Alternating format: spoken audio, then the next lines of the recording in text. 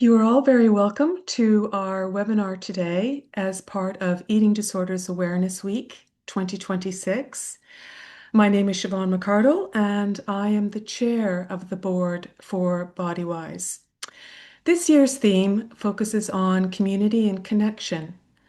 During today's session, we will discuss body image and eating disorders, examining research and lived experiences from different groups within our communities, including those who are neurodivergent, those who are part of the LGBTQ+ community, Irish travelers, and those with diverse ethnic experiences. So a little bit of housekeeping before we start. I'd like to remind you that this is a webinar, so we cannot see your screen or hear you. So please keep in mind that the topics discussed during the webinar may be challenging for some, and if you feel you need to step away at any point, please do so.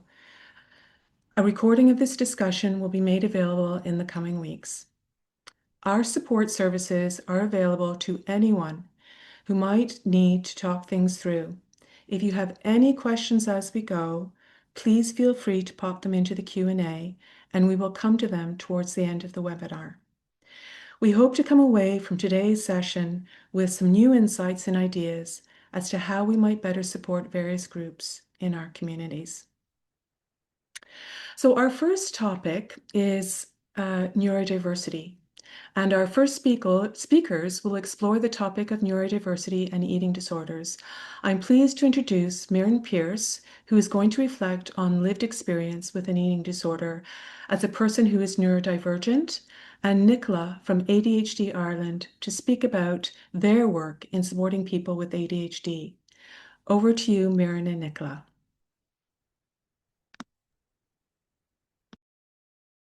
Hi guys, thanks very much for coming along. I'm Nicola from ADHD Ireland. I have ADHD myself, and just here to tell you a little about ADHD Ireland and ADHD itself, and how we can support body image and eating disorders. ADHD Ireland, look, we're a national charity supporting people with ADHD across Ireland for the last nearly 40 years. And our mission is simple. It's just to inform and support and empower people in their lives, and those who have ADHD and those who care for them. We have a series, I suppose, of resources from information and education and advocacy, support groups and lived experience networks. We do training and webinars. We get in experts and professionals in different areas, and public awareness and public policy. We try and change and work with the stigma, I suppose, in Ireland. We believe everyone with ADHD and neurodivergent conditions deserves at least respect and support with evidence-based support to lead fulfilling lives. ADHD itself, a lot of people don't understand, I suppose, what it actually is. It's attention deficit hyperactivity disorder. As I say, I'm diagnosed only recently through COVID, the same as a lot of people actually were. And life is hard when it's hard, and it's really good with ADHD when you have the support system around you. ADHD, attention deficit hyperactivity disorder, is not really a deficit of attention. It's actually too much attention sometimes on things we're not meant to be looking at, and putting our interest in places we're meant to be doing the important things instead of what really interests us. So with attention deficit, it's where the neurotransmitters in our brain don't work properly. And it's a condition that you're born with and you die with. You don't have a little bit of ADHD. You have ADHD or you haven't. And how you live your life and how successful you are, it's the environment around you that dictates that, and what support system you have. So ADHD affects about 5% of the population. So it's 270,000 people in Ireland at the moment, about 60,000 children and about 180,000 adults who are parents, entrepreneurs, teachers, living and working unknowingly with the condition. So only a very small percentage are actually diagnosed and know they have ADHD and are being treated at the moment. Very rarely does ADHD travel alone, and that's why we're delighted here to be talking today, because many with autism, dyslexia, dyspraxia, and other comorbid conditions, and with anxiety, depression, bipolar, eating disorders, many are coming to us later in life, having been misdiagnosed over the years. So a lot of people like myself are diagnosed later, realizing later, and realizing that a lot of the challenges we've had in life were ADHD. There's many stigmas and myths about it, but one of them is that there are as many women with ADHD in the world as there are men. Just sometimes boys tend to externalize and get diagnosed earlier in life, and girls tend to mask and get misdiagnosed with anxiety and depression early on, and it's only later in life, when kids come along or the hormones change in menopause, that ADHD has been diagnosed. But it is one of the most successfully treated and managed conditions in the world. ADHD itself is often thought of inattention, hyperactivity, or impulsivity, but that's not really the whole picture. And that's why this talk is really important, because ADHD affects emotions. It affects our executive functioning, our planning and our organization, our motivation to get up in the morning, to start a task and to finish that task, to prioritize what's most important in our lives, and how to actually manage our day. It also affects how we process our reward system, and time management is huge, whether you're a mommy or a student or a child, and how to self-regulate. So at the end of the day, neurodevelopmental differences can significantly impact our daily routines when it comes to work and our jobs, our home life, and our personal relationships. It can affect our sleep, our stress management, and most importantly, it can really affect our body image and our eating routines. Our eating patterns, research has proven, and lived experience from many people telling us that ADHD experience, those who have ADHD, they have a complex relationship with food. And most of the common themes that come through with people are that we have impulsive eating or snacking, irregular meal times. We could be eating in the middle of the night or in the middle of the day, not after having breakfast. We can have difficulty planning and organizing our meals. And if many of you are out there like me, I make my list to go shopping, I forget it, and then I'll just buy randomly and impulsively in the shops. We can have sensory sensitivities to food, and so we only have certain textures, certain tastes, and certain smells of food that we will actually like. Tend to stay away from stuff that we haven't tried before. But we have an emotional connection to food as well, particularly those who have the ADHD and other neurodiverse conditions. And so this emotional eating and the response to overwhelm, stress, and rejection can really form our habits when it comes to what we're eating. And these patterns, they're not really around a lack of willpower. They're very much connected to our brains and our brain structures. And that's what drives our ADHD. For example, like with ADHD and our executive functioning, our challenges around meal planning and the preparing is particularly hard. Dopamine dysregulation can make our traditional dieting and restrictions feel like a punishing exercise and very unrewarding. We love rewards. We love the short, sharp hit. Our dopamine pump is always needing to be refilled. So we're constantly looking for something, and sometimes that's food. Others go for a run, or they get into a cold bath or a hot shower. Sometimes we find that food is where we settle best and how we reward ourselves. But sensory sensitivities often make food uncomfortable, and then we limit what we're actually doing with it and what we eat. But when it comes to ADHD, the body image concerns overlap very much with the condition. And a feeling of out of control during and after eating can worsen our self-criticism, which we live with every day of the week. Hyperfocus can intensify the negative feelings we already feel for ourselves. And our ADHD masking, people think are nothing to do with our body image, but are people pleasing and wanting to constantly reform to the social ideals. Our ADHD impulsivity can not be our friend in that scenario. Many past experiences of misunderstanding and stigma and being misunderstood and can really shape how we see our bodies. Our members have often spoken about feeling guilty when their eating patterns don't match what we're meant to do and what the social norms are. Feeling invisible when we're in traditional discussions.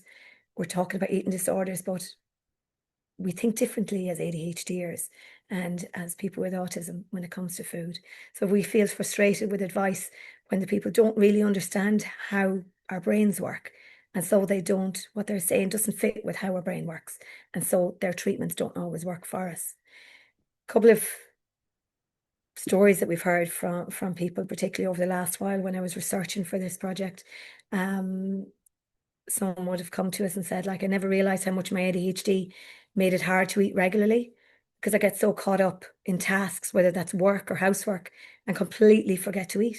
Literally, you know, people have tried diets and none of them have worked, and it's just made them feel more like a failure.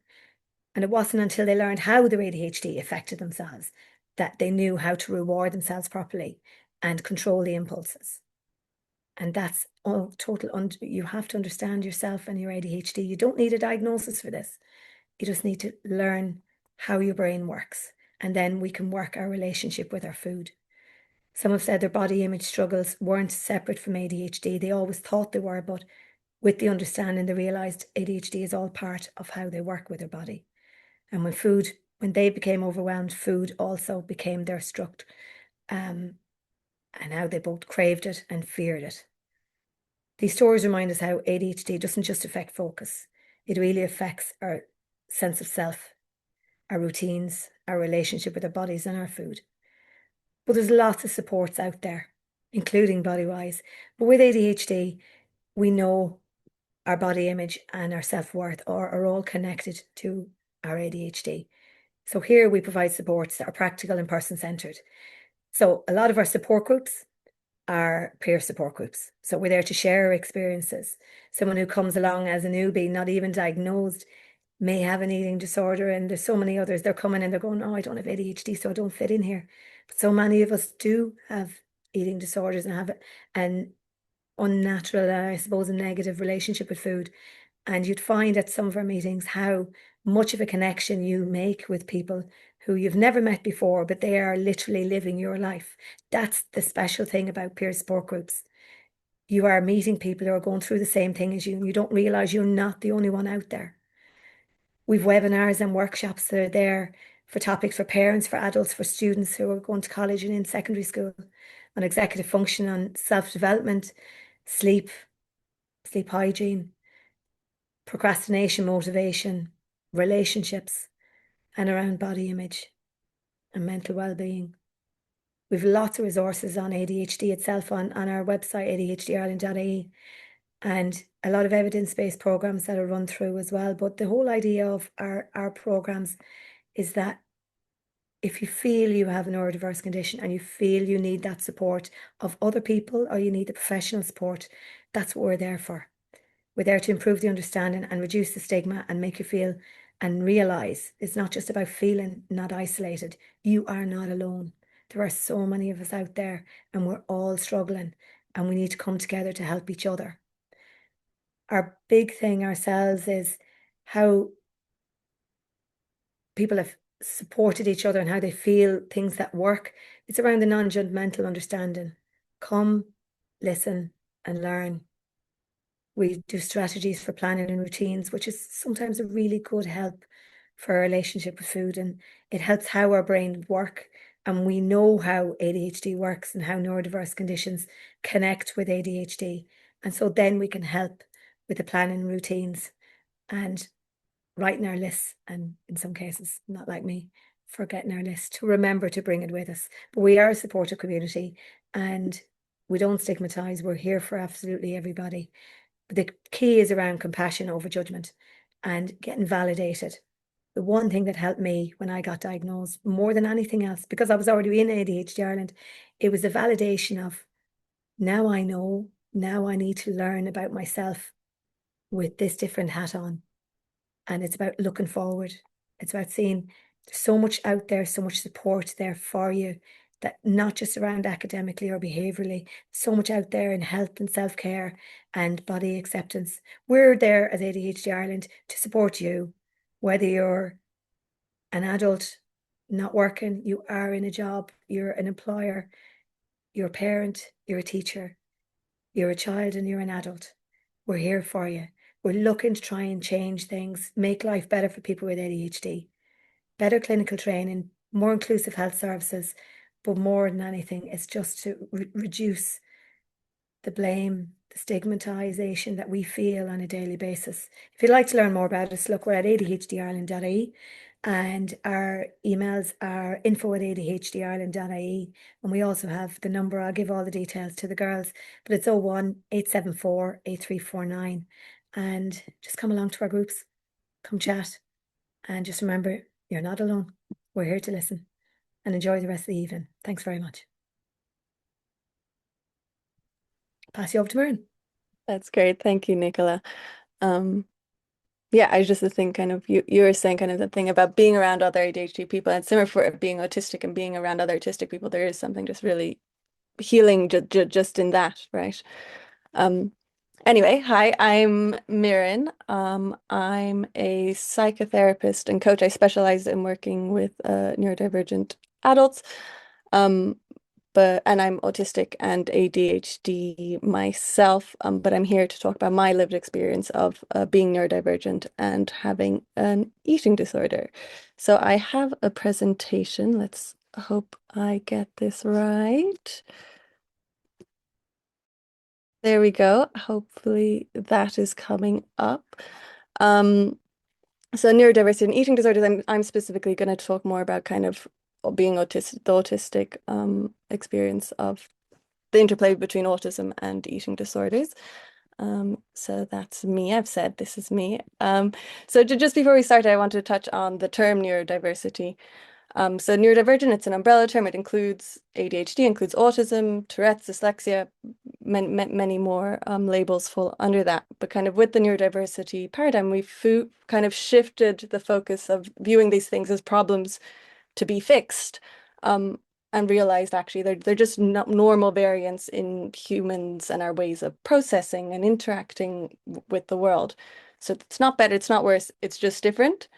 At the same time, as neurodivergent people living in a non-neurodivergent world, a world that often doesn't understand or isn't built for us, there are very, very real challenges.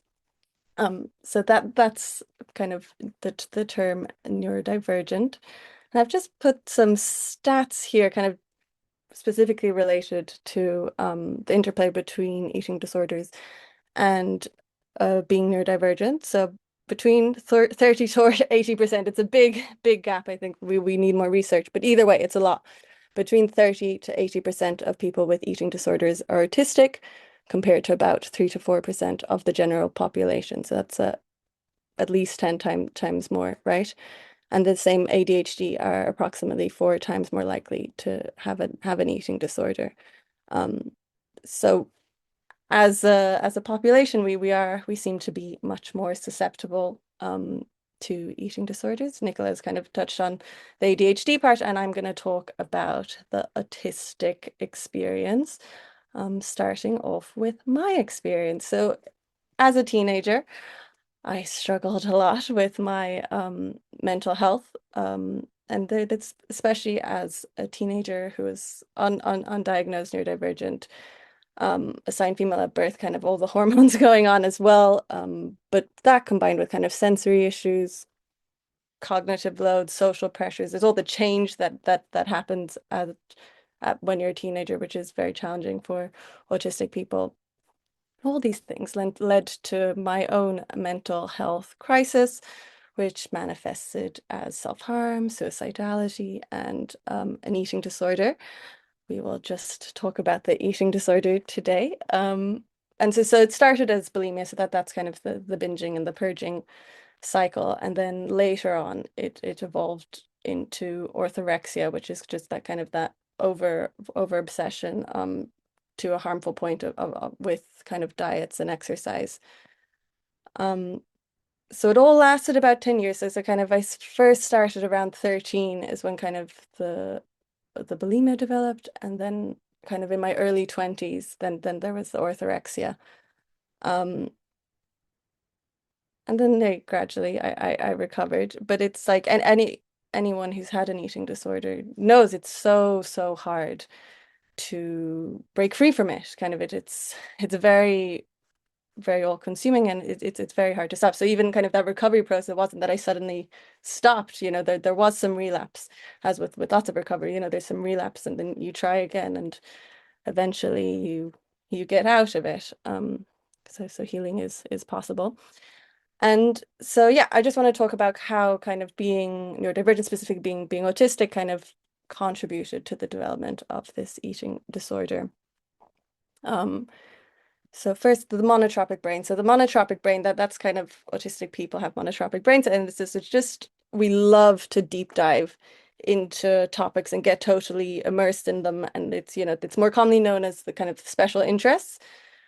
But we if there's something that interests us, we'll dive deep into it. We'll want to read, know everything about it, and it's very hard for us to actually disengage from it. So this is specifically for orthorexia. There's a great example, that deep diving into diets and exercise and learning as much as you can about it and then implementing it, right? But it's the same kind of even for the other ones, calorie counting and all of that. They become a special interest, and so we get really, really absorbed in it. The next point that makes us vulnerable to eating disorders is that we have very sensitive nervous systems. So change, uncertainty is often very, very challenging. And eating disorders provide structure, routine, control in a world that's out of control, right? So we have with the binging and the purging, that's a ritual, and that's a routine, and that's structure. The same kind of can go for other eating disorders too, but it provides structure and routine, which is very soothing for an autistic person. The next one is social isolation, kind of a lot of it's common knowledge, I think, where we can struggle socially. So and in a world where kind of diet culture and exercising and dieting is really normalized, focusing on weight and food and body is a way to fit in and connect. And then for me personally, I did know some people with eating disorders, and as a way of connecting and fitting in with them. And then the last one that I experience is regulation. Kind of the process of binging is very regulating. So for someone who's overwhelmed, stressed, anxious, kind of it's a way of soothing and calming the body. And anorexia is kind of the opposite. It's a way of kind of acting for someone who's too very, very relaxed. Kind of anorexia can kind of give more energy in a way. So in a way, kind of these disordered eating habits can serve a way of regulation. And for autistic people, we can be very dysregulated or easily dysregulated. It can be something we turn to. And then I have some other things that I didn't personally experience, but are other reasons why the kind of autistic people, we can develop eating disorders. Sensory difficulties, so and similar kind of ADHD have similar things, but kind of texture, smell, we can be known as picky eaters. But it's not that we just don't want to. It is like on a visceral, physical level. It's just absolutely horrible, certain textures. So sensory difficulties or interoception difficulties. So that's interoception refers to, your capacity to feel the sensations in your body, to recognize sensations in your body. So not recognizing hunger and forgetting to eat. And it disrupts eating patterns. And then again, similar to ADHD, food is a way to manage emotional difficulties. A lot of people do this, but as people who are experience more dysregulation, we have more opportunity for this. And then there's something called alexithymia, which refers to difficulties in kind of recognizing emotions, processing, expressing emotions, and is very common in autistic people. And again, so that increases the likelihood of turning to food as a way to cope with difficult things. And then the last one is trauma. A lot of neurodivergent people have experienced trauma, including minority stress and depression, and which I think is a kind of a common theme of all the speakers here today, maybe that we are all minorities experience minority stress and trauma, and eating disorders are it can be a coping mechanism for trauma, and that kind of ties in with the regulation piece I was talking about earlier. So yeah, I think those are what make us increase, some of the reasons why it increases the propensity towards eating disorders. But it's important to say that none of these things on their own is a problem. That having any of these traits doesn't necessarily mean you have an eating disorder, right? So kind of where do we draw the line between normal autistic traits and an eating disorder? So yeah, so it's just really, really important that we don't pathologize autistic traits, because that's the whole point of the neurodivergent paradigm. It's recognizing that these are natural, different ways of processing, expressing. And so a lot of autistic people have restricted diets. This does not mean they necessarily have an eating disorder. So I just wanted to highlight that, and kind of in that trying to define that line. So autism, it's rule-based thinking and having narrow food preferences. That's normal for an autistic person.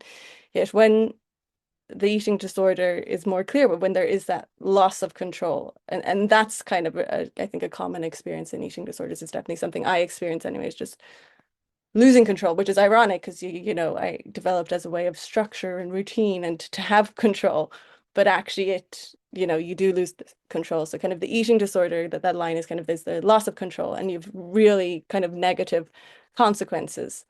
It's kind of how you define a line. As humans, we're much more complicated. It's hard to be crystal clear, but that's just to give it a general idea, and just to I just really want to highlight that none of these traits on their own are necessarily bad, but it's just when they develop to the point of losing control and having those negative consequences, that's when it becomes a problem. So my second last slide, so neuroaffirming approach. So as I keep saying, it's so important not to pathologize the neurodivergent traits. And it's recognizing kind of, I'm talking about in terms of recovery and healing, maybe it's a little bit about weight and body image, but more often than not, it's not about weight and body image. And so kind of having that understanding in terms of recovery is super helpful, because so if dysregulation is an issue, or if social issues are an issue, recovery will ideally address those as well, because if you're just addressing kind of the behavior or the disordered eating behavior without addressing those issues, recovery is likely to be trickier or maybe less sustainable. So it's super, super important, to even know someone is autistic, right? And I have it in the slide here, eating disorders can hide autism, yet recognizing that autism there is very, very important for recovery. Because having that knowledge, and kind of based on those points I shared about the regulation and the sensory things, it's important to know those, because that will be helpful and useful in recovery. And I just think it's interesting, because we are, our awareness recently about that autism and ADHD often presents differently in women. And there's all these adult people getting diagnosed with adulthood. And having that label is very, very helpful. It gives a lens, kind of, again, like Nicola was saying, it's a lens for understanding yourself, and it's validating, and it can help with healing kind of shame. And it can help with recovery, because you understand those very real needs of the autistic person. So yeah, so treatment should be adapted for neurodivergent people, so that also might include kind of communication, adaptation, sensory considerations, structure. There's lots of different things that are important to consider when working with autistic and ADHD people. And so finally, at the end, I've added some additional resources. If anyone wants, I'd recommend maybe take a screenshot, or maybe, I don't know if we can send it out after the presentations. But so the first two are kind of resources, supports, tools for specifically eating disorders and autism. The first one also has it for ADHD as well. The second one is specifically autism, and they're both there. There's support for individuals, also support for kind of family members and clinicians, just understanding how to support neurodivergent people in eating disorder recovery. And then I've also just included 2 general support services for autistic people. So As I Am and Thriving Autistic, they're both really, really good. Loads of, they have group programs or and kind of like I said at the beginning, that the healing capacity of just being with other autistic people. So they've group programs, they've support services, they've resources, all sorts of things. I really recommend them. And of course, kind of Bodywhys for eating disorder stuff. It's amazing, amazing organization we have. So there's that there. And I've just included my own contact details there at the end if anyone has any questions that they forget today and want to send them on. So yeah, I will stop sharing. Thank you for having me and thank you for listening. And I will pass it on to whoever's next. Thanks so much, Mirin and Nicola, for your openness, and I found those two presentations just so informative. So our next speaker is Patrick Riley from Pavy Point, who is going to speak about the work of Pavy Point and a new report looking at young travelers' experiences of social media and what came up around body image. So over to you, Pa. Thank you very much, guys. Thank you, Bodywhys, for inviting us here this evening. And also, I'd like to echo the points. The previous speakers were excellent, very honest, and very informative. So, yeah, my name is Patrick Riley. I'm a traveller man, and I coordinate the mental health program in Pavy Point Travel and Roma Centre. The word Pavy in our language, Cant language, means traveller, just for people's information. I like that the team connecting communities. It throws out to me inclusion, which is really important for any community, in particular our community. So we'll move on to the first slide, please.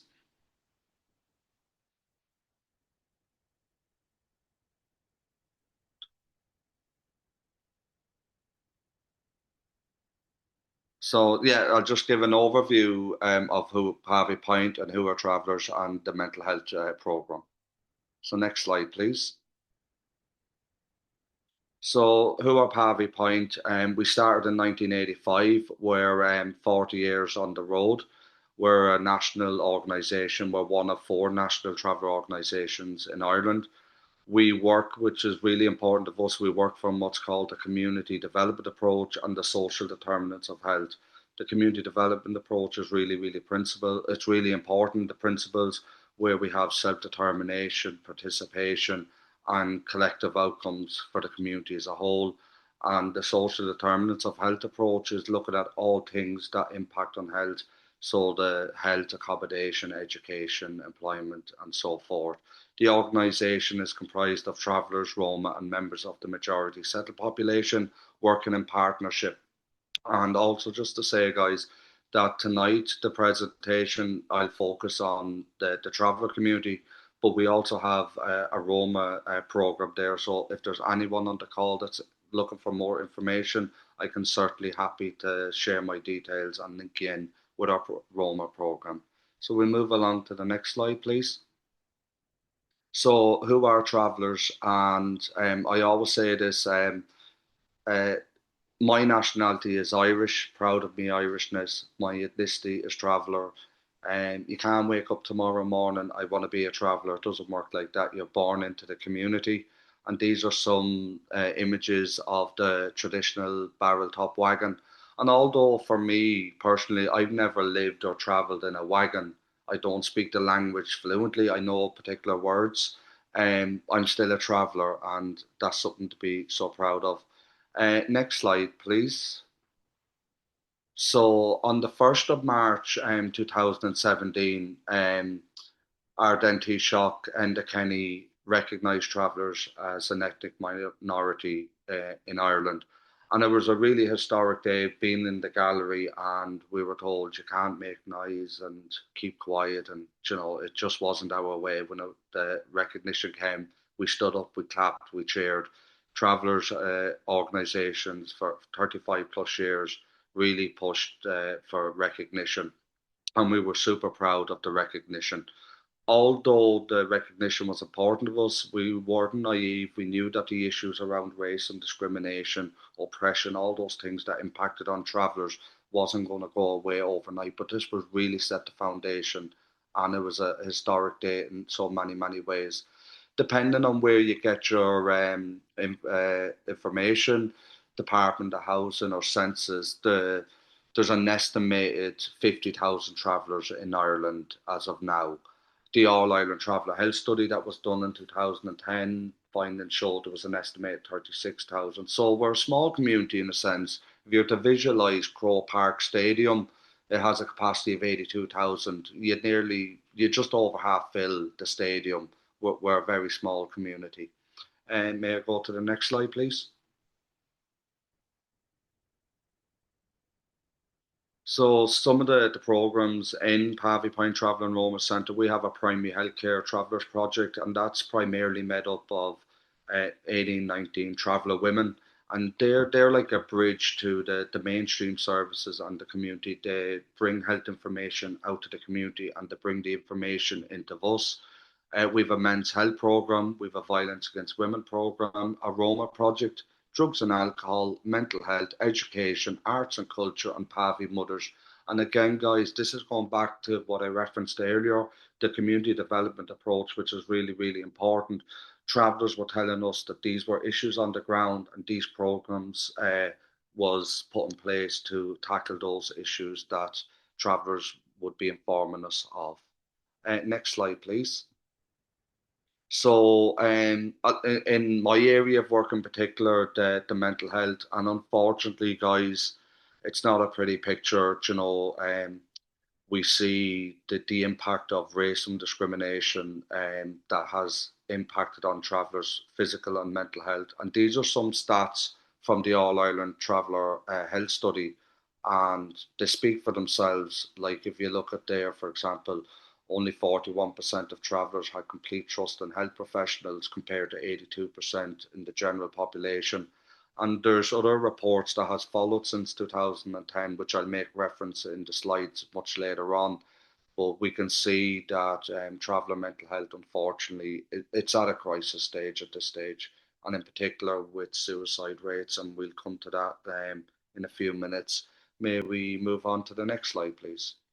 The All Ireland Traveller Health Study showed here, and I think the one that really stands out for me is the suicide accounts for approximately 11% of traveller deaths. That's 1 in 10 travellers dying by suicide. You can see life expectancy, traveller men lives 15 years less than settled men, and traveller women live 12 years less. And when you look at triggers around poor mental health and suicide, after racism, discrimination, bereavement is a big trigger, and bereavement is it's so common in the community. We move along to the next slide. This one here speaks for itself. Nearly 67% of service providers agreed that travellers experience discrimination in health services. This is not Par Riley saying this. This is not Pavey Point. Like, this is health services themselves admitting that racism and discrimination happens in the health services. It really speaks for itself. Next slide, please. So our program, the Traveller Mental Health Initiative, the screen has just, oh yeah. So for us is the whole idea of the program is to keep travellers well by promoting positive mental health and well-being. These are some of our work and resources that we traveller proof, and there is, yes, and we also we're not what's called a segregated program as such. We try to use targeted initiatives with the view of getting travellers into the mainstream, and we really, that is the whole idea of the program, is to really that travellers access appropriate and timely support into services, rather than seeing travellers ending up, what we're seeing is travellers ending up in emergency department waiting 12, 13 hours in a crisis stage and sent home with an outpatient's appointment for 8 or 9 months. So we try to get travellers into the mainstream health services early and appropriately and timely. So moving on to the next slide. So, and also again to support the development of culturally competent and mental health services for travellers, and to impact on mental health policy and research. And from time to time, we have gone in to the Oireachtas, and we presented, and we have supported research, and we fed into research, and we've carried out research to impact on policy, and that's really, really important in our line of work. And we move on to the next slide. So I'm going to speak for a few seconds. What you see up here, some of examples of our work. The Mind Your Nuik website, in our language, the word nuik means your head, but it also depends on the context you use the word. You could be out on a Saturday night at 11:30 having a nuik left, you know, so it depends on the context of the word. But in our language, it's Mind Your Nuik. In 2015, there was a report done with young travellers, and one of the recommendations out of that report was that when young travellers go online, in particular looking for mental health information, everything is so mainstreamed. It's text heavy. It's big words, and there's no like images that represents travellers. So we developed the Mind Your Nuik website, and I think I'm gonna park it here for now because we have a little video I can show, and then I'll come back to that then. Thanks, Pa. I think Roisin will share the video now. Thank you.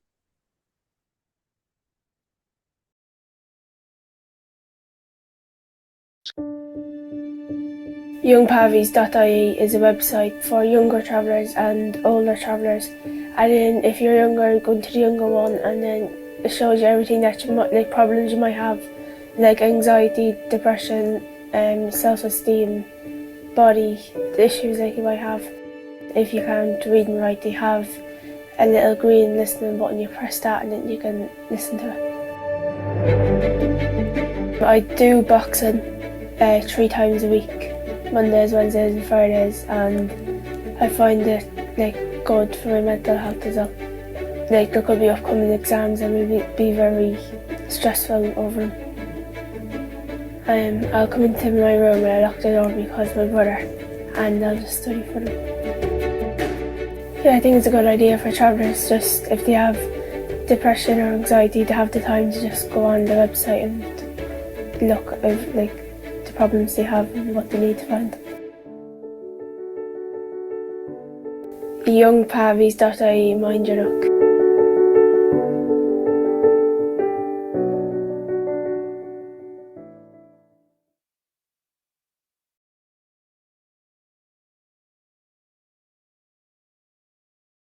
So thanks for sharing that video.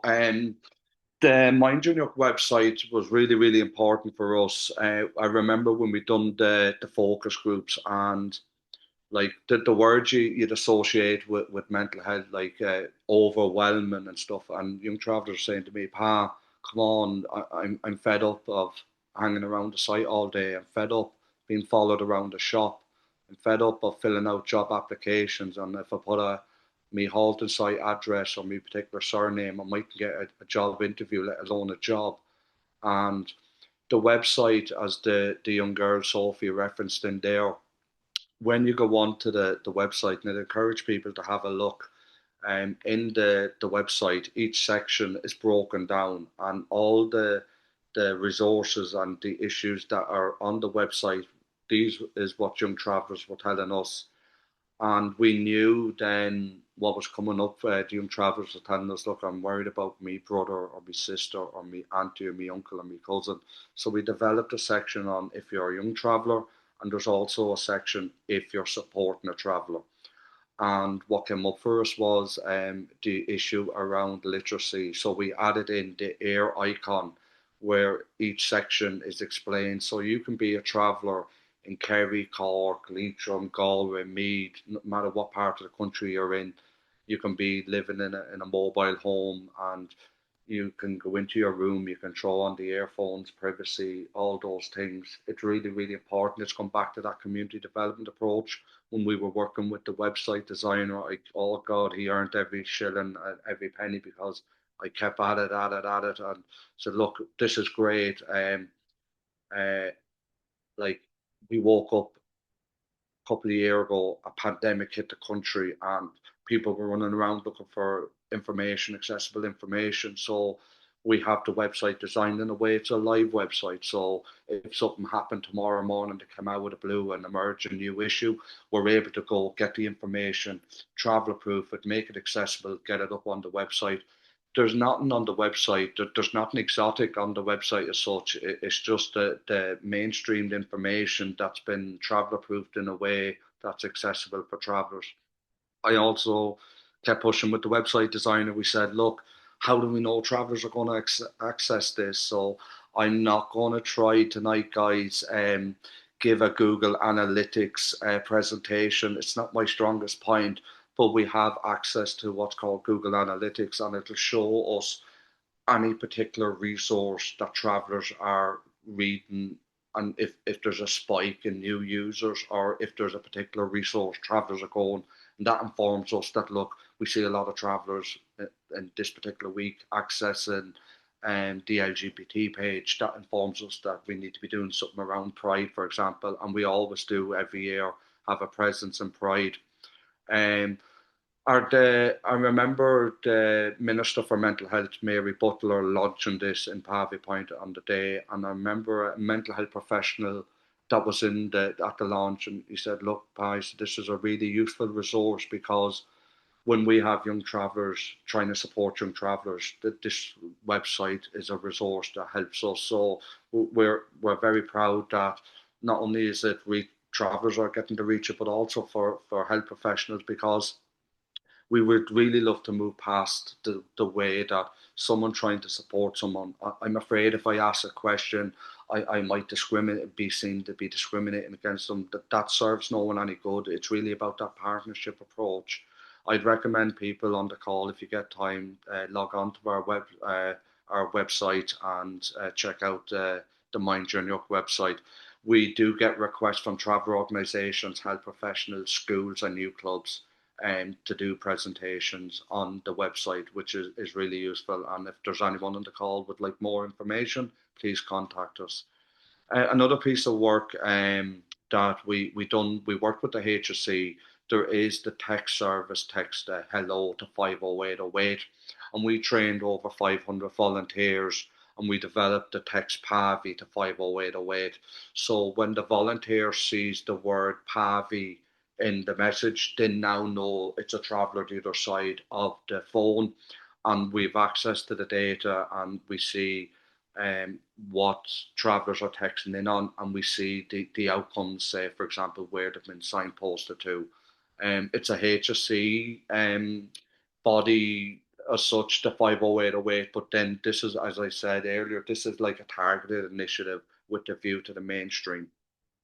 Moving on, a lot of our work, we're a national organisation, and we coordinate the National Traveller Health Network. We would meet every 6 weeks with traveller reps from all over the country. And what was coming up for us was social media and the impact of social media. So we looked at across the country, we done focus groups with young travellers and traveller parents, and we looked at the impact of social media. And not surprising, what came up for us was online racism and discrimination, and the fatigue around reporting it and nothing gets done. But also what came up in the Mind Your Yuck focus groups and then the impact of social media was body image, and that's a big issue that's impacting on young travellers.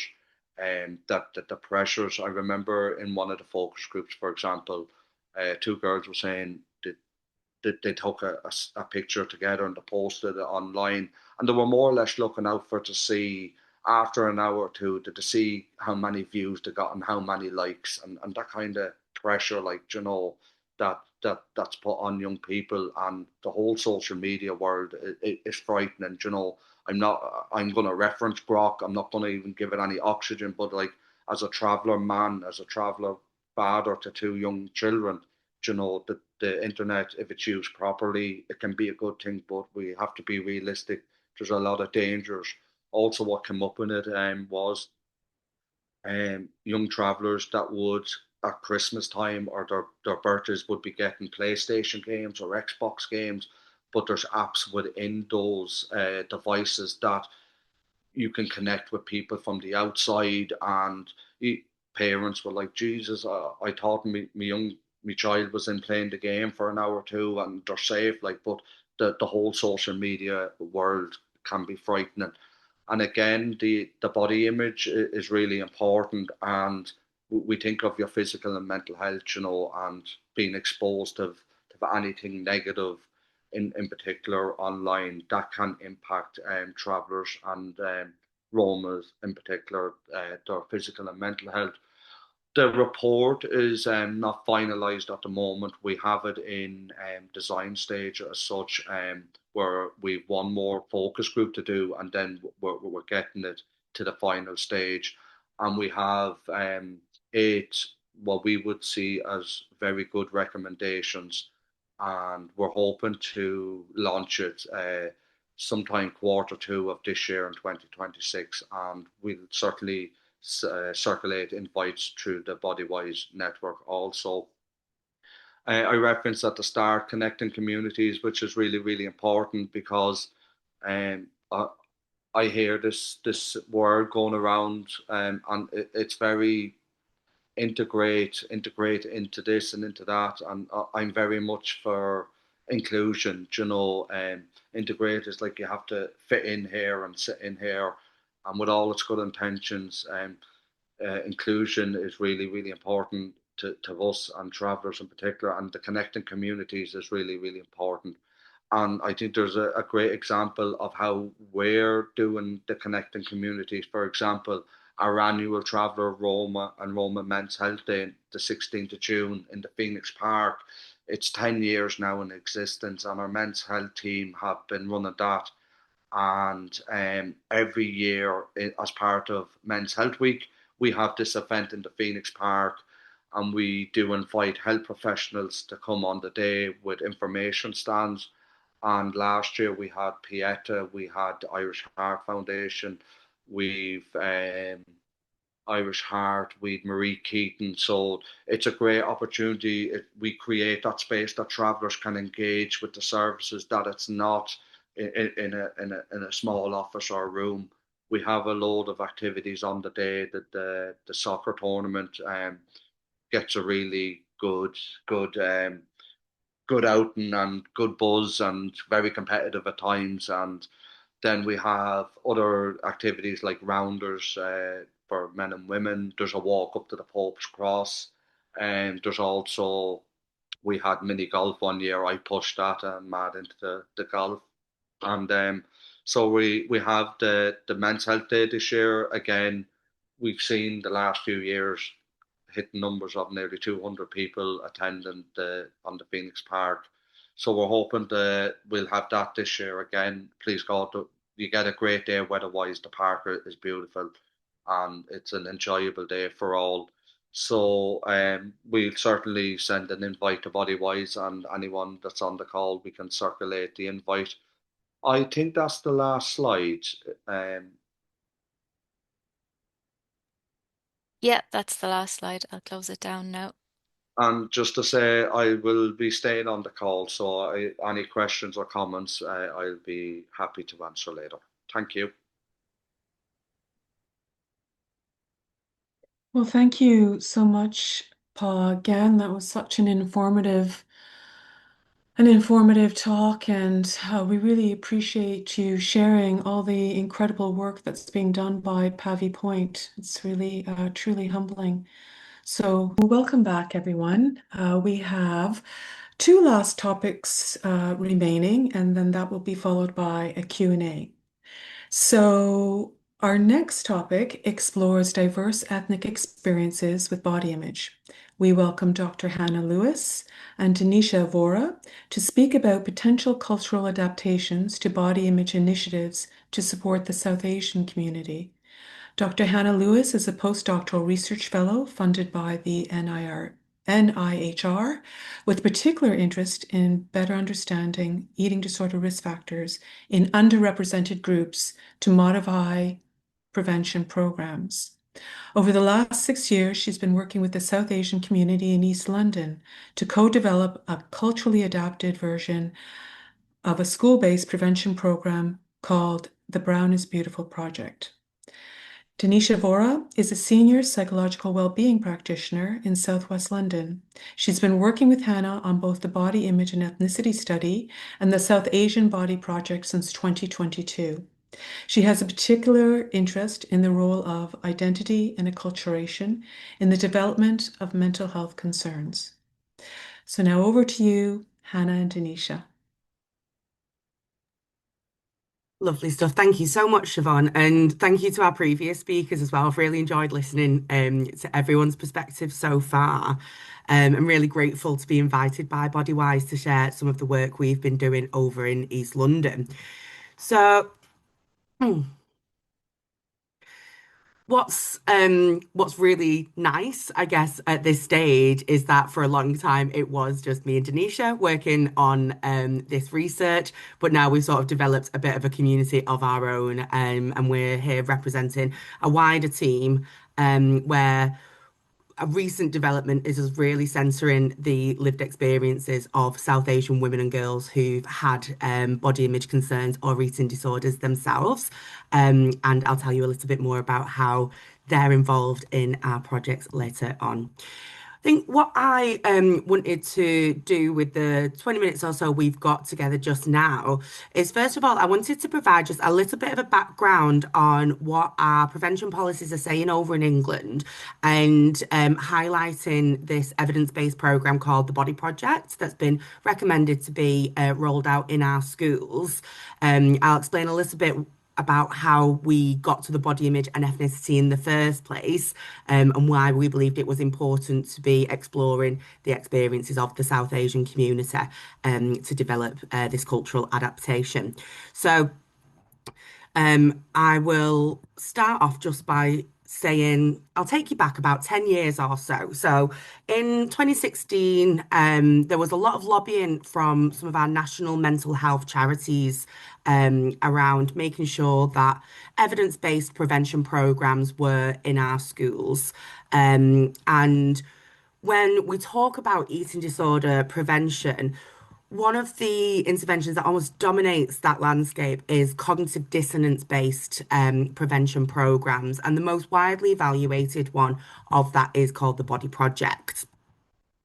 And so it was really encouraging when, quite unlikely, but we saw that the government recommended rolling out the Body Project as part of a newly established mental health support team initiative, where there were teams that focused on bridging the gap between educational settings and child and adolescent mental health services. So the charities were listened to, which is always a rarity, but nice when that happens. And we were really pleased to see this commitment back in 2017.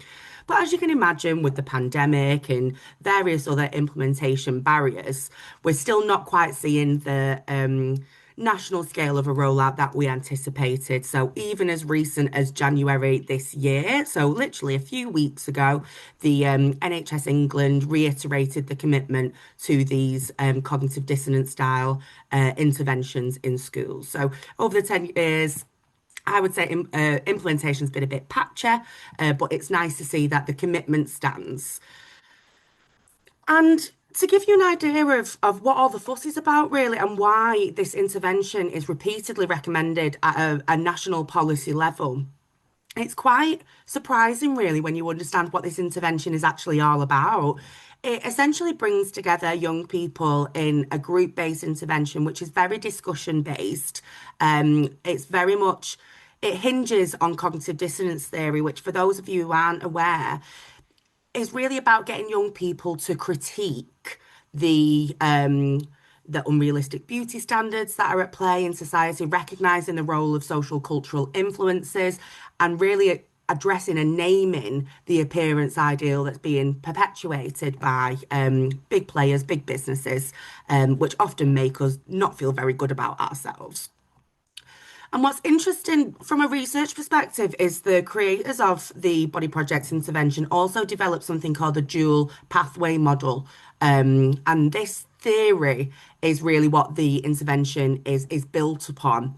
And what's interesting is that it recognizes of course, when it comes to eating disorders, there are so many different influences and factors that span the biological, the psychological, and the social domains. But with body dissatisfaction, it's really posited as the most modifiable risk factor. So thinking about, implementation and dissemination and cost effectiveness as well, it really is one of the best things we've got at the minute to be getting out there in schools. And the evidence base speaks for itself, really, over some longitudinal studies. So studies which have captured the effects of the body project up to sometimes 4 years really does demonstrate that the risk factors associated with developing eating disorders are addressed by this intervention. So I'm talking about, decreased internalization of the appearance ideal and consequent reductions in body dissatisfaction, low mood, dietary restraint, and as a result, onset of eating disorders is reduced. And we have a statistic from one of the most robust meta-analyses that was done over in the States, where it was shown that the intervention prevented about 60% of the cases of eating disorders that emerged in the control condition over 3 years. So again, I don't think I need to convince this audience that preventing eating disorders obviously prevents the suffering and the impact on quality of life, but also from a commissioner policy perspective, thinking about the cost savings to the NHS if we were to prevent those people going through services as well. But as you can imagine, like most psychological research, eating disorder research has for a really long time been very rooted in the eating disorder stereotype. So what I mean by that is a lot of our research and evidence that's generated for treatments and prevention programs is based on the experiences of often white, affluent, young women and girls. And for a really long time, underrepresented groups in the field of eating disorders weren't really considered. But what I really appreciate about the research surrounding the Body Project is there has been an attempt to try and adapt the intervention, which is a scripted intervention, to meet the needs of different groups who may experience eating disorders. So, for example, there's been a More Than Muscles adaptation for men and boys with body dissatisfaction.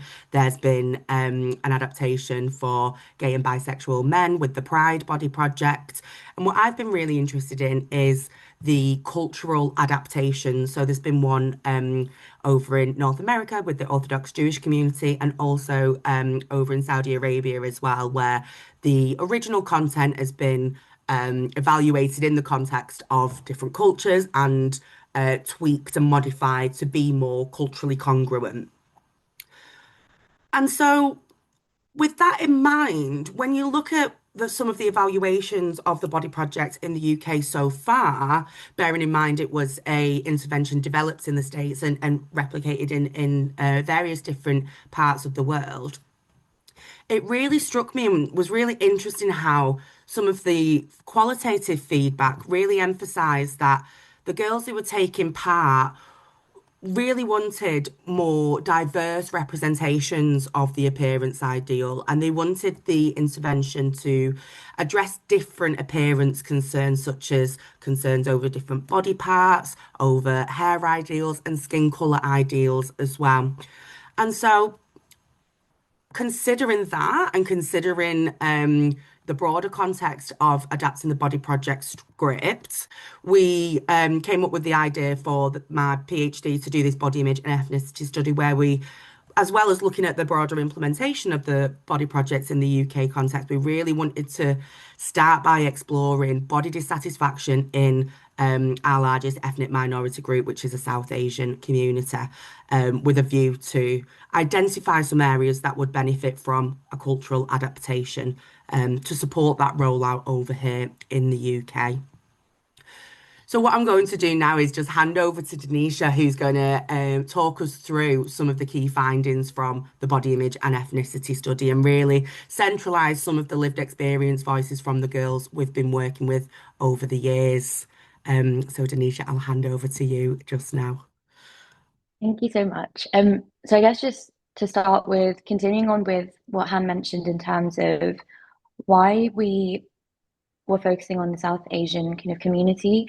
First, as we all are quite aware, it is one of the most underrepresented groups in any kind of psychological research. But when we dived a little deeper, it's very much clear that in terms of research around eating disorders, there is again that underrepresentation. But we've also come across a lot of research which shows that there is prevalence since the 90s, consistently showing higher bulimic symptoms, for example, scoring higher on eating pathology measures compared to counterparts in other research as well, and South Asian teenagers more likely to experience abnormal eating behaviors. So essentially just a lot of research kind of out there that highlights that essentially more needs to be done to support South Asian girls and communities through research in terms of the eating disorders and understanding that a little bit better, I guess, as well. Next slide, please. Thank you. In terms of the kind of qualitative nature, because that is essentially what Han and I ended up focusing on, but the previous research again really highlights the, I guess, the nitty gritty in terms of why there's so much pressure in terms of body image within the South Asian community, what kind of comes up for South Asian girls. There are a couple of themes here around the way that we view ourselves in relation to romantic relationships and often relating to kind of marriage and the pressure from family as a result of this. The way that we're navigating identity, which came up quite a lot in our findings that I'm going to go through in a second, whether that's the sort of South Asian identity, but also kind of living in the UK and trying to kind of balance the more Western ideals that we get exposed to through school, social media, things like that as well. So we're seeing quite a lot of themes that Han and I were quite interested in exploring a little bit more to really understand where this is all coming from and what we can therefore do to help South Asian communities and young girls specifically in terms of prevention of eating disorders and understanding kind of the way that we view body image, which is going to be quite nuanced and quite different to other cultural groups as well. Next slide, please. Thank you. So as you can see here in a study by Wales et al. 2017, we're thinking a little bit about the South Asian group and the barriers when it comes to reaching out to mental health services, what's kind of been important to notice. A big part of mental health in cultures generally is that kind of stigma and the underrepresentation, which makes it feel more difficult and reaching out for support to services because we don't necessarily feel we're going to be heard. We're quite misunderstood given that a lot of general kind of psychological theory is grounded in Eurocentric Western ideals. And so it isn't representative of maybe our experiences. And that relates a lot to that bicultural identity again, and that kind of nuance when it comes to the specific mental health difficulties that we're experiencing and how maybe some of the theory and some of the kind of work isn't necessarily accurate or representative of what we're experiencing. I want to kind of look into that a little bit more, which then led to the study and the PhD itself as well. Next slide, please. And another thing to be aware. Apologies, that was from a previous pre-record. I didn't take the recording. So this is just a QR code if anyone is more interested in the kind of background in terms of why we chose the South Asian community and group, just because I'm wary of the time. If you do want to have a look at the research in the paper itself, then feel free to scan that QR code to have a read of the work that we've done. But I'm just going to go into the findings, which I think is the next slide. So there are quite a lot of quotes and a big diagram that Han and I have spent years working on that basically summarizes what we found. So we essentially went through different focus groups and interviews with young South Asian girls specifically based in and around London, thinking about what their experiences of eating disorders are, both kind of within the community, within the schools, within their families, what that's like on a kind of micro, so an individual level for them as well, then thinking about the bigger picture in terms of the systemic issues that are kind of going on for them and the clinical work that they may have undergone and sort of thought about how that's impacted them further. So there are a couple of main things that I think came up for us that were quite interesting. One of the ones that's really important is the family dynamics, which we know plays a really big role in South Asian culture as well. And thinking about how people within families and the wider kind of extended family might be viewing individuals and viewing these girls in terms of the way that they look, the way that they might be wearing certain clothes, wearing certain outfits. That comparison and the sort of view of body image that is perpetuated through these conversations in families. We're also thinking a little bit about things like the school environment, and I guess that relates a bit to the bicultural identity that we've talked about, where our family life and environment can be quite different to that which we experience in school, and the kind of pressure that we might be facing as a result of the environments that we're in, the friends that we've made, what we see on social media, and the sort of, I guess, trends and things that are going on at the same time as well. In terms of the macro level, one of the big parts that we came across was the idea of social media, and again, the conflicting Western versus Bollywood ideals and what is kind of perpetuated. So the title of our paper being Fair and Lovely, which for people that don't know, within South Asian culture is almost the kind of a brand that promotes colorism and the idea that being light-skinned is to be beautiful, and kind of perpetuating that ideal, which is a very big part of, for a lot of the girls that we spoke to, and myself included, something that was a very big part of kind of growing up as well. Those are some of the big kind of findings that we found. As you can see on the right-hand side, we've got some of the clinical aspects of eating disorders and what the girls are experiencing as well, thinking about facial hair, body hair just in general, skin color, as I just mentioned as well. We're also thinking about some of the protective factors, and I think the things that were really important for the girls that supported them with their mental health difficulties, also when it came to kind of who they could reach out to, their support network, their families, and the schools being quite supportive as well. And how that kind of helped them. And it's something that Hannah and I wanted to kind of keep in mind as we work through and continued with the project as well. Next slide, please. So this is a table essentially outlining the exercises from the body project intervention and what the sort of activities are. As you can see, a brief overview of the kind of description or the tasks that are involved. Then we talked to the girls and kind of our own reflections and research as well to think a little bit about how we might be able to make this feel a bit more culturally adapted or relevant for South Asian girls specifically, and help them to engage, I guess, with the activities a little bit more, because we got a lot of feedback when the girls were kind of reflecting that this doesn't feel necessarily relevant, or I'm not sure how I do this, just given things like family dynamics when it came to verbal challenges at home, for example. That would make it difficult to have these conversations, and thinking a little bit about what might feel a bit more comfortable, a little bit better for them as well. So that's just a brief overview of some of the things that we were and are currently implementing into the sort of South Asian adaptations as well. So this is just an overview of what we'd like to do, generally speaking, thinking about the examples and images being more culturally appropriate and focusing a little bit more on what feels relevant for girls from a South Asian background as well, thinking about religion and spirituality, what roles that plays in a lot of South Asian cultures as well. The second point, which I already alluded to a little bit as well, in terms of family dynamics. And then we're also thinking a little bit about the idea of societal costs versus impact, and just sort of phrasing that can make the interventions and sort of engagement with the interventions for the girls feel more comfortable as well. Perfect. Thank you so much, Thank you.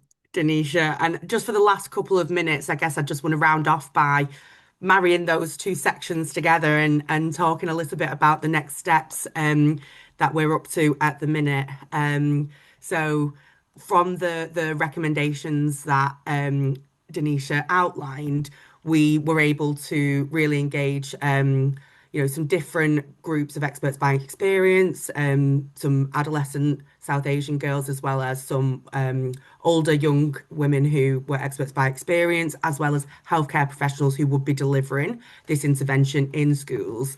And we essentially wanted to action all of those recommendations and develop what we've described as an intervention support toolkit. So we developed an adapted intervention script, which actions all of those recommendations, as well as some additional resources for the young people, for the facilitators, and also the parents and carers of the young people as well, so that we could communicate what body image concerns and disordered eating might look like in South Asian populations, but in a really culturally sensitive way, so that everyone was sort of on the same page, and that parents and carers could support their young person as they're going through the intervention.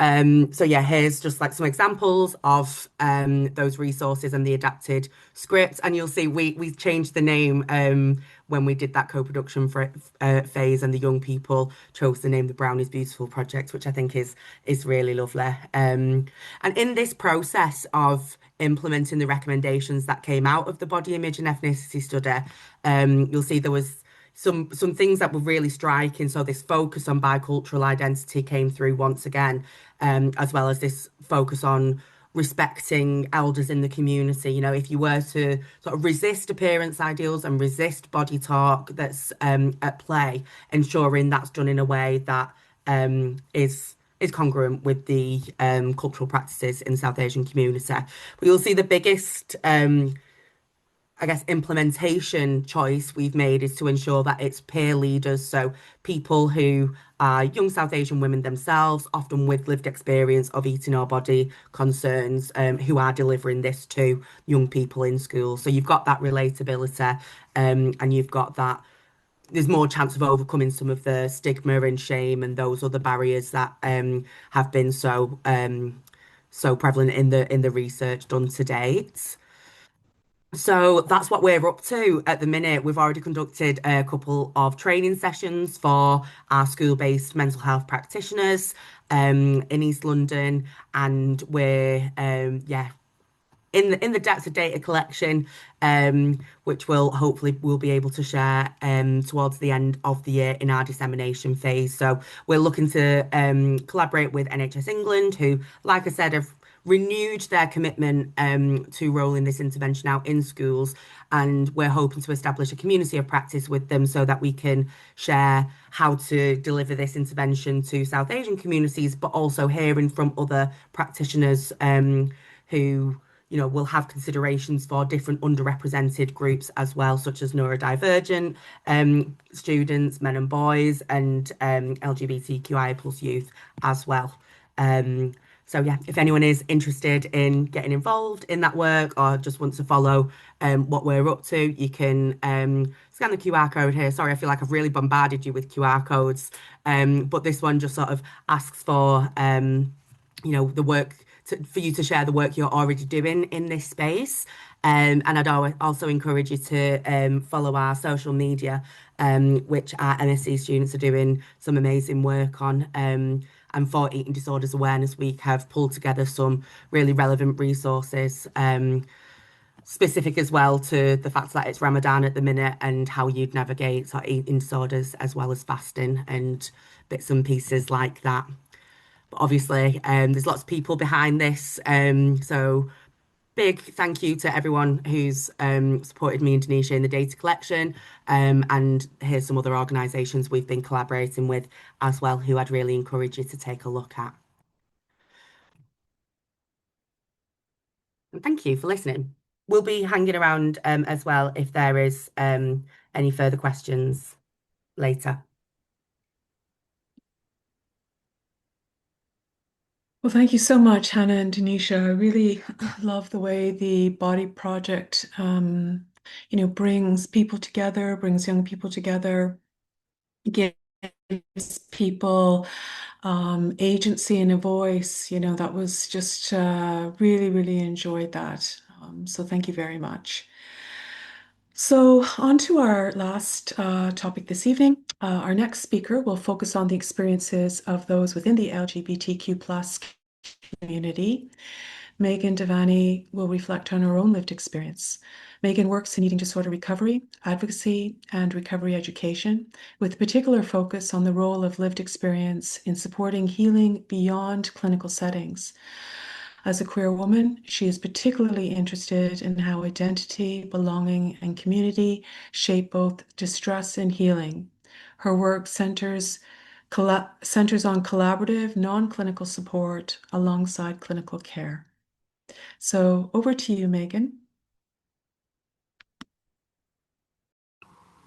Hello, thank you to Bodywhys for having me, and yeah, for all the other speakers. It was really nice to listen to you and to learn from you.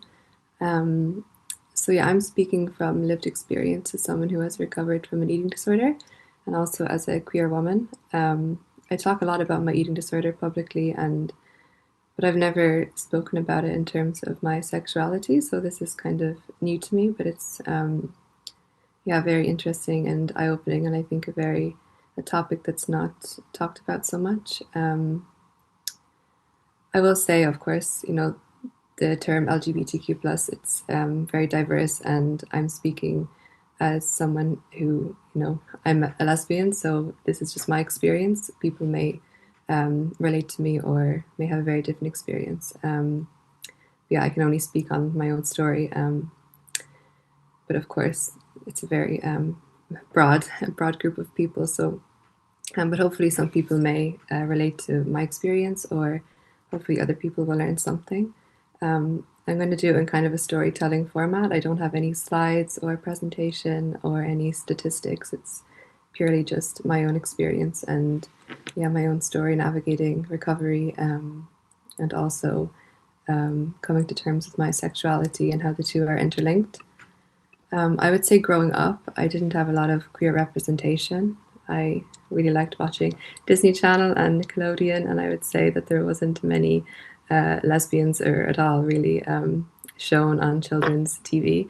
And also I didn't have any social media, so I wasn't really aware of the fact that I could even be gay. But I did feel quite different. I didn't know why I was different, but I did, feel like I didn't really fit in. I would say I was quite anxious and overwhelmed as a child. And yeah, then when I started secondary school, I started to use food, I'd say, as a way to cope and to deal with my emotions. And I soon then developed anorexia. I was diagnosed when I was 14.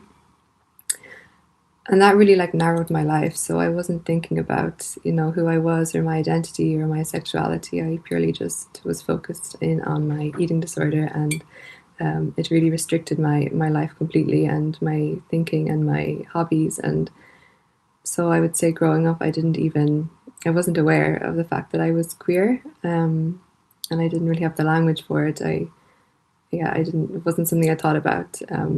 My life purely became just focusing on recovery and getting better, and my eating disorder, I guess. And then I started college, and I realized that I was queer, and I think this brought a lot of different struggles, because within the queer community, I noticed there were a lot of subgroups. For example, people presenting as masculine or feminine or more androgynous. And at the time, I realized, who am I and how do people perceive me? And I always felt like I didn't look gay enough, or I had to look a certain way to be perceived as being queer. And then again, recovery is not a linear process, and so my recovery was a little bit, like a roller coaster. But even when I started college at the beginning, I was doing quite well. But then, there were these new stresses I had to deal with. One of them being, I think coming to terms with my identity, my sexuality. And I did then, I think, use food as a way to kind of make my body look a certain way, or this idea of being looking androgynous. So I didn't like to have curves, and I felt like I had to really restrict my eating so people could perceive me in a certain way. And I felt like I had to use my body as a way to signal my identity. I also felt that, a lot of queer people do struggle with body image and food, especially trans and non-binary people, if they're trying to, have their body in line with their gender. And so I was dating within this group of people where also struggled with food and their body, and that often was harmful to me, and I felt I couldn't really recover fully when I was in this bubble of people who maybe also struggled. And so I really had to, learn how to set boundaries and be in communities and in spaces where, people were, let's say, not dealing with the struggles I was dealing with, because it's really important, of course, to protect your own recovery. I also felt it was extremely difficult to form relationships with people when I was very focused on my body and how my body looked, and it became very difficult even to date people, because I felt I was comparing how I looked to how they look. And when you're a woman dating another woman, you can compare your body a lot, because you have the same anatomy, let's say. So that became very difficult. And there was a lot of pressure there and a lot of comparison around food and eating. So I really dealt with, a lot of struggles with that. And even, my eating disorder made me feel like I wasn't lovable, or I wasn't worthy, or I didn't deserve love, let's say. So I found it very difficult to receive that from others. And it made forming healthy relationships very difficult. But over time, I learned that, as my recovery improved, and my identity and my sense of self, it was a lot easier for me to form friendships and communities that were safe, and surround myself with people who loved me for me and not for my body or how my body looked. And I feel like being in these safe spaces, it really reduced the sense of shame and sense of isolation. Also, some queer people are not in a space where they can come out safely to their family or to their friends, or even just to be themselves. And I think that identity suppression, puts you at a higher risk for disordered eating and body image issues, which then, of course, increases the risk of eating disorders. So I think maybe throughout my teenage years, because I wasn't quite aware of the fact that I was gay, it was another thing that I was suppressing, and something I was uncomfortable with, something I didn't want to deal with. But then as I became a lot more comfortable in my sexuality, I also just started to accept my body for how it was. And I was a lot more sure of myself. But there are a lot of people I know who cannot do that, cannot come out or feel safe to be themselves, which then puts them at a higher risk of disordered eating and eating disorders, unfortunately. This whole, minorities stress model plays a huge part. I also think a huge thing that helped me was just thinking critically and doing a lot of learning and educating myself on things like diet culture and just beauty ideals and the beauty industry, because I always felt very uncomfortable with this, I guess, narrow ideal of femininity, and that made me feel like I couldn't identify as being a woman, because I didn't want to look this certain way that maybe media and society puts on women. When I realized that there's many different ways to be a woman, and it's not a very narrow definition, it really helped me be comfortable in myself and my identity and my sexuality. And that was very important to me, that now I feel very comfortable in my body and being perceived as a woman, because I know that being a woman is a very broad definition, and it's not as narrow as I once thought. But I really had to open my eyes to new ways of thinking and removing myself, I guess, from the male gaze. That was really important to me.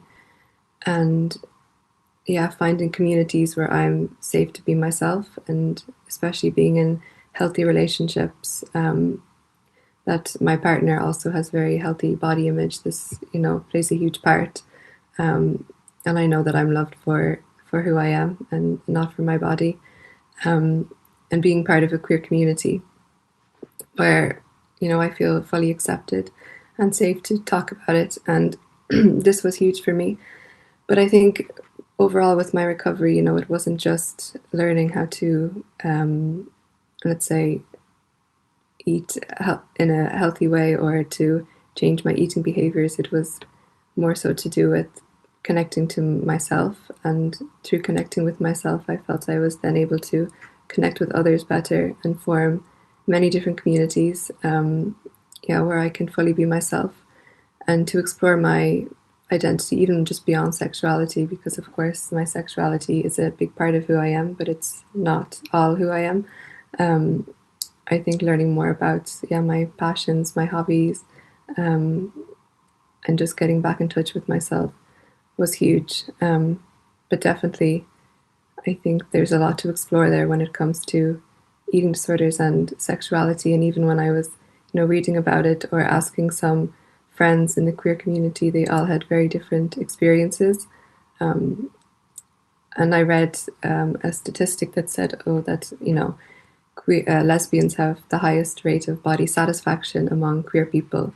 But of course, I think there's not much studies done, and there's very little funding into this, so I don't think it's a very conclusive statistic, but it's interesting because I think as a lesbian, we kind of are counterculture to the dominant culture, and we're not, living under the same, I guess, the male gaze, and this, of course, can, really reduce, I guess,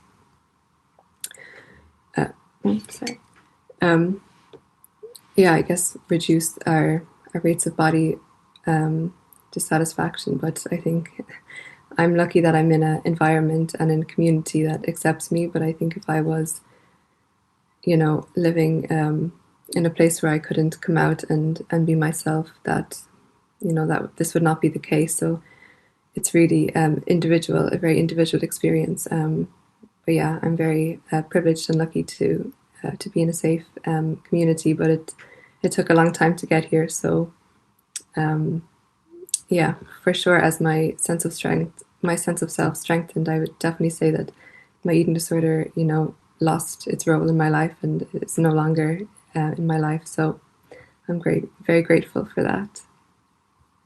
Thank you.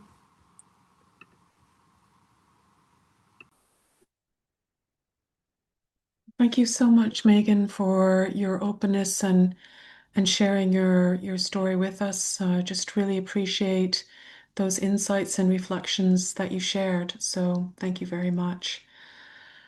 So thank you. We've come to the end now. So thank you to all the speakers who have shared today on such a wide range of diverse and interrelated topics. We now move on to the final piece of today's session, which is our Q&A. If you have not already done so, please do feel free to put your question in the Q&A and we will bring these to the panelists. So over to you, Ellen. Thanks so much, Siobhan. So I'll invite everyone to turn on their cameras again, and we can have a look at the Q&A and see what questions we have for the panel.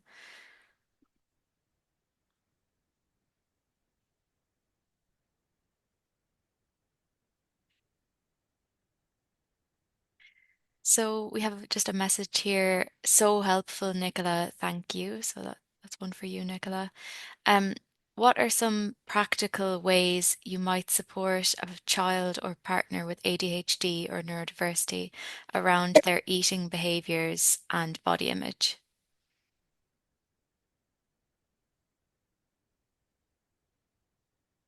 You're on mute, Nicola. We said one of us was going to do that. It had to be me. Okay. Well, basically, just to try and there's a lot, I suppose, somebody can do to support. One of the things is come to support groups, and I'm going to put in I couldn't put the link in earlier. I'm just going to send it on to you guys, and you can put it out. And we do a lot of support groups where parents can come and talk honestly about their kids and what supports they need. So bouncing off other parents in the peer-to-peer groups is fantastic.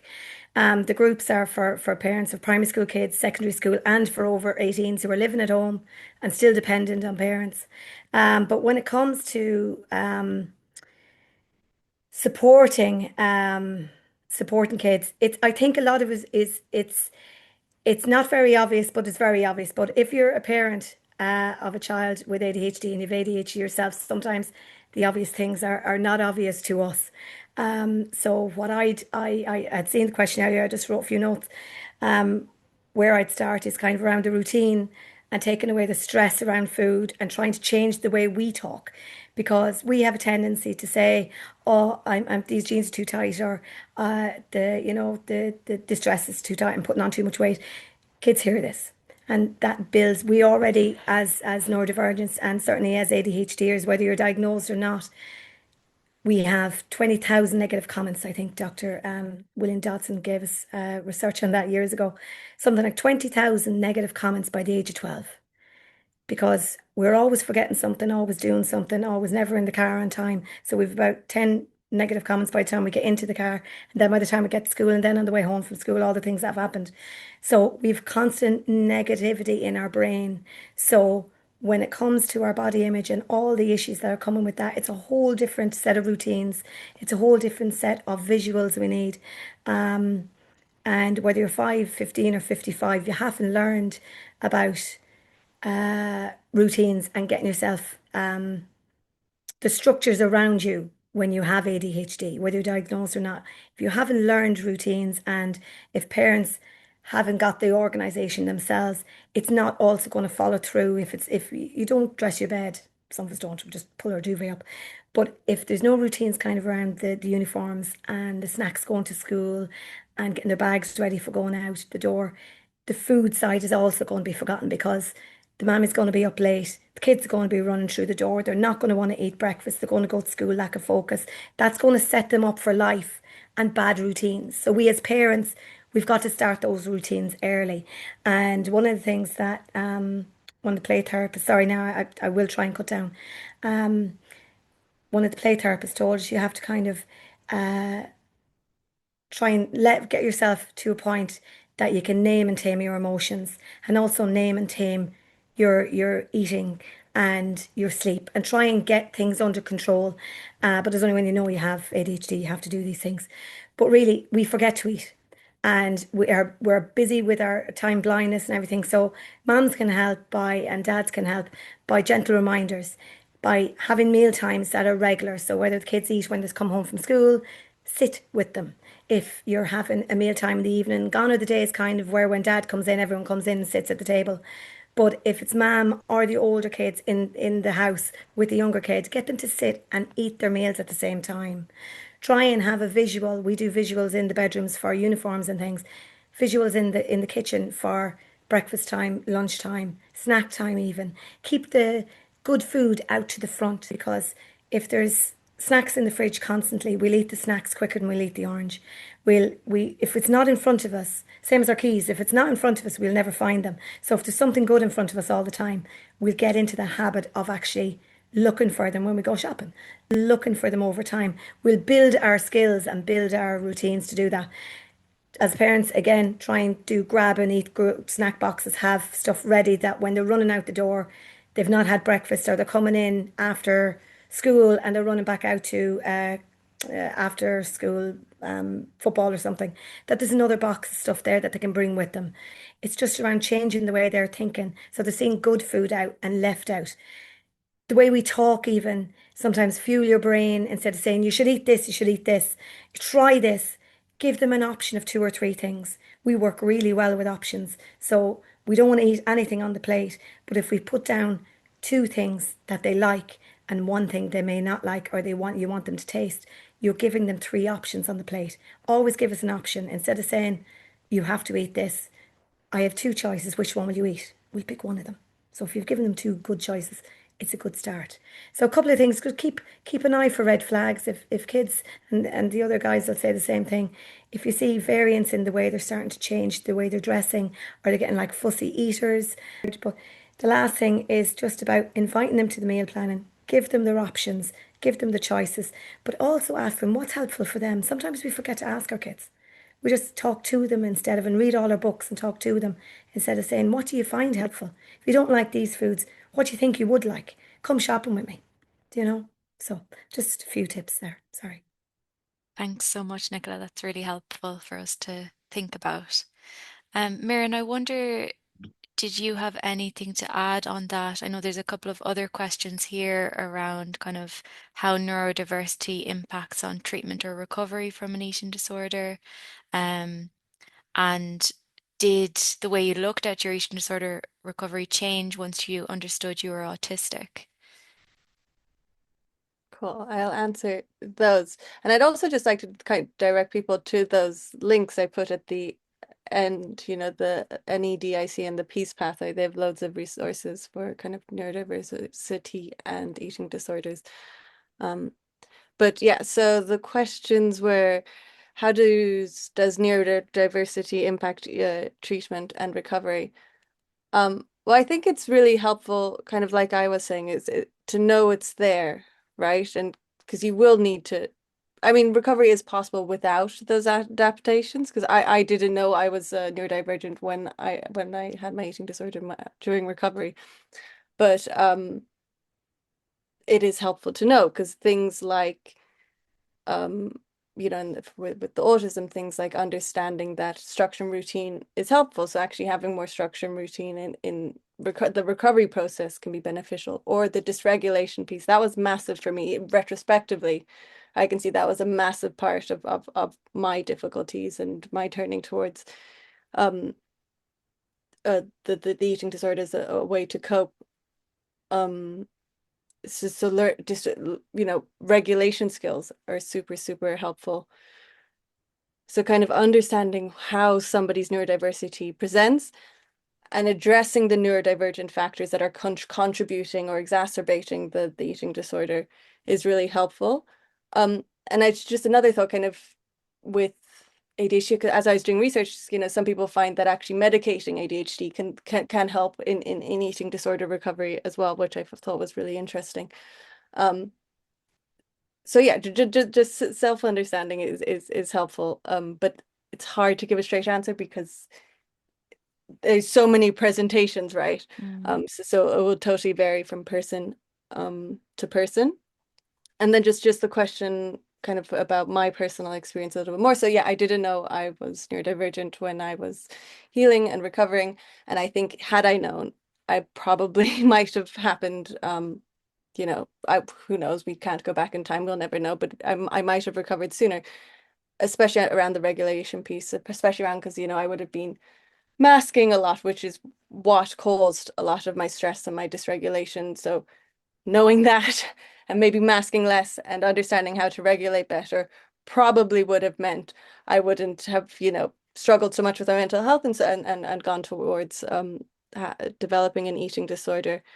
And also just the thing with the lack of knowledge is the internalized ableism, or just feeling like you're wrong, you're broken, that feeds shame, that feeds self-hatred, that feeds the eating disorder, right? So even just the awareness and understanding, I think is really helpful for recovery. So yeah, I hope I answered the questions there.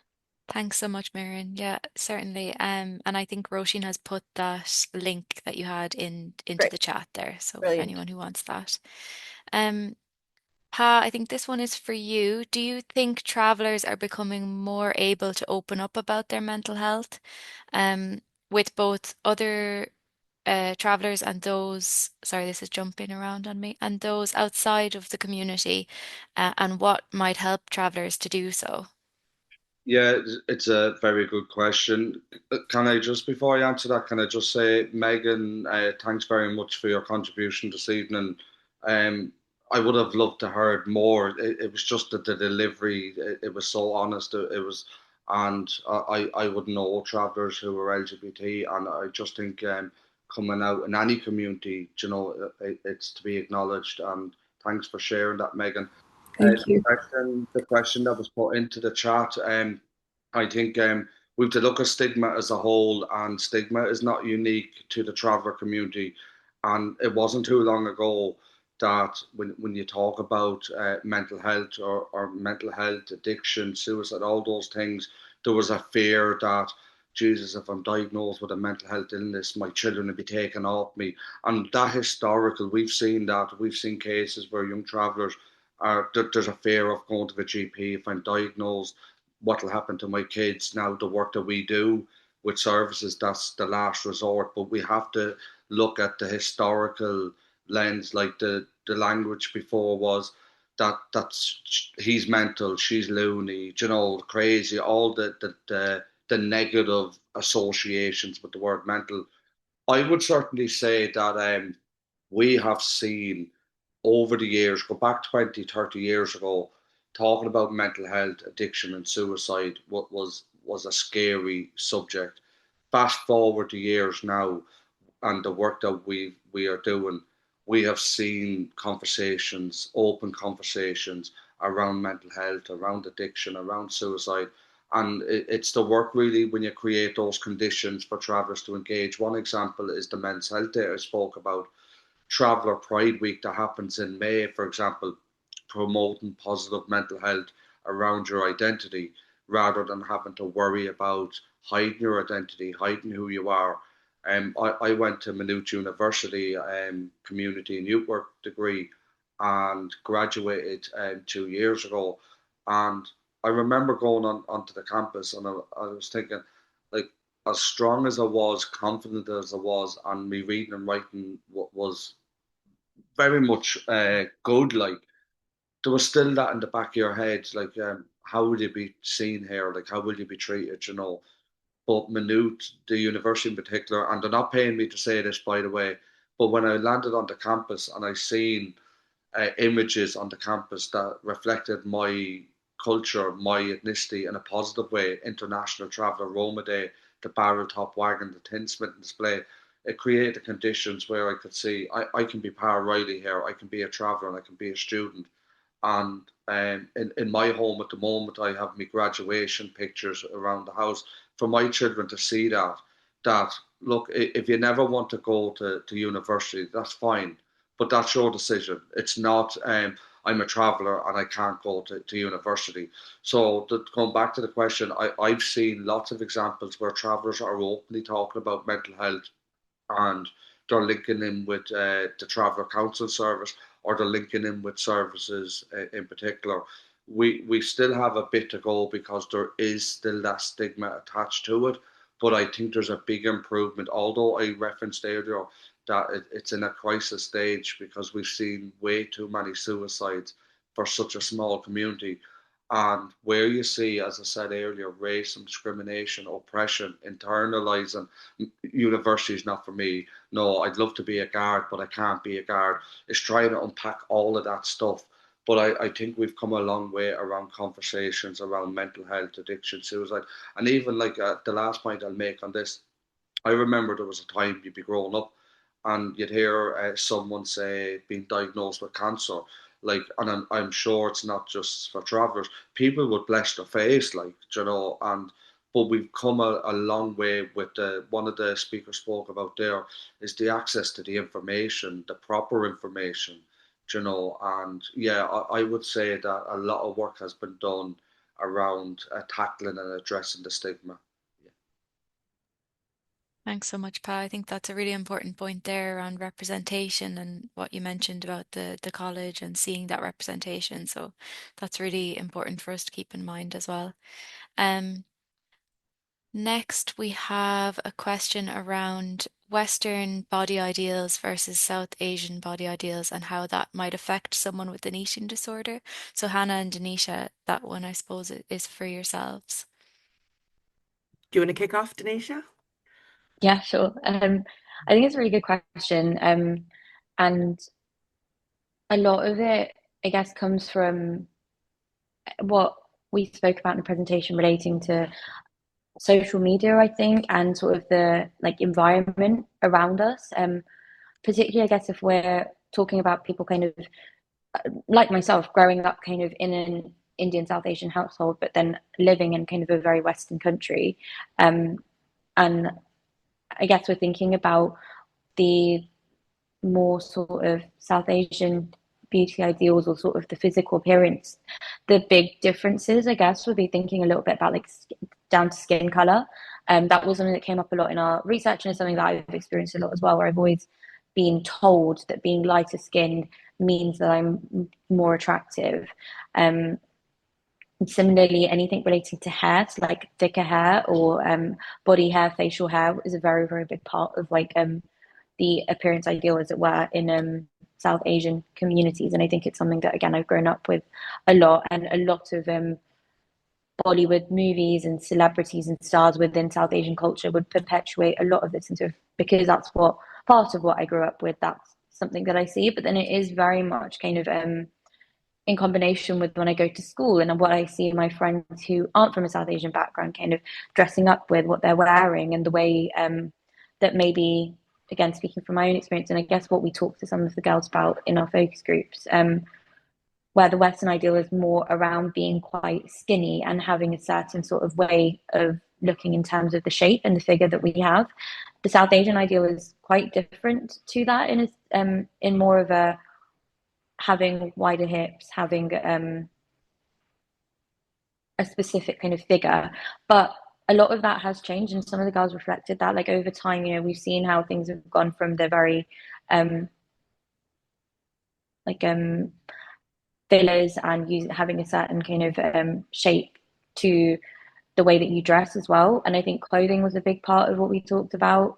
I think all of this factors in because it's the clash that you have that a lot of the girls talked about in terms of their identity, like what ideal am I meant to go for, like how am I meant to look and what way should I be looking, and then that then feeds into the decisions that they feel they need to be making or the conversations that they do or don't engage with as a result of that. And I think that so many of the girls alluded to how that impacted the way that they'd dress, what they'd be eating, how they'd engage with like cultural things or not engage with cultural and religious like festivals because of the clash in ideals and the way that they should or shouldn't be seen as well. Hannah, do you have any other thoughts?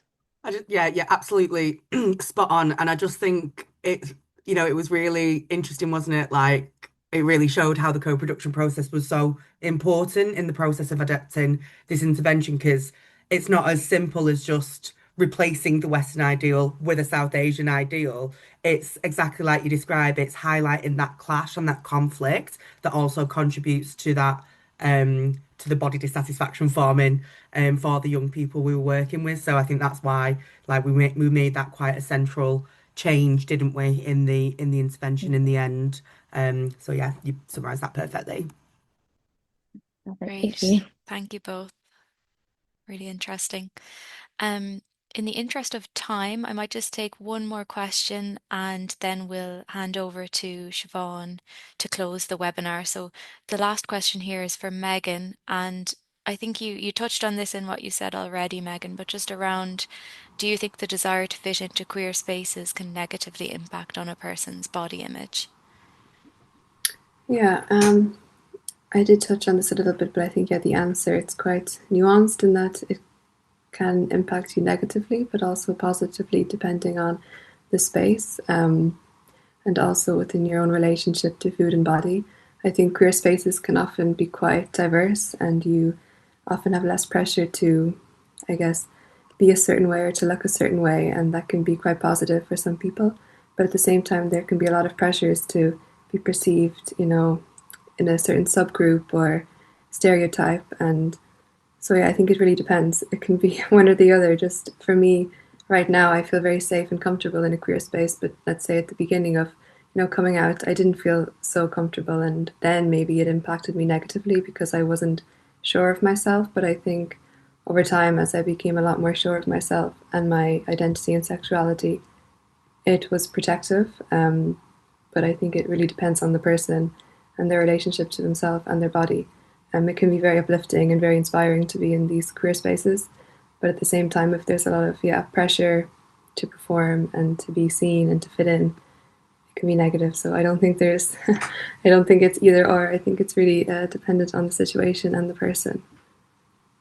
I think that's something that's come up quite a bit tonight around the individuality and how eating disorders and body image issues can affect everyone so differently, no matter kind of what community they're from. So thank you all so much for sharing tonight and taking the time out of your evenings. I'm going to hand over to Siobhan to close the webinar. Thanks so much. Okay, thanks.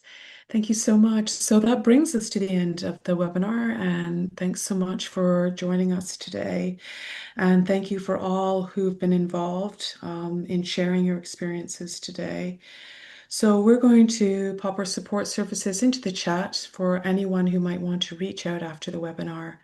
And we will be sharing the recording and slides in due course.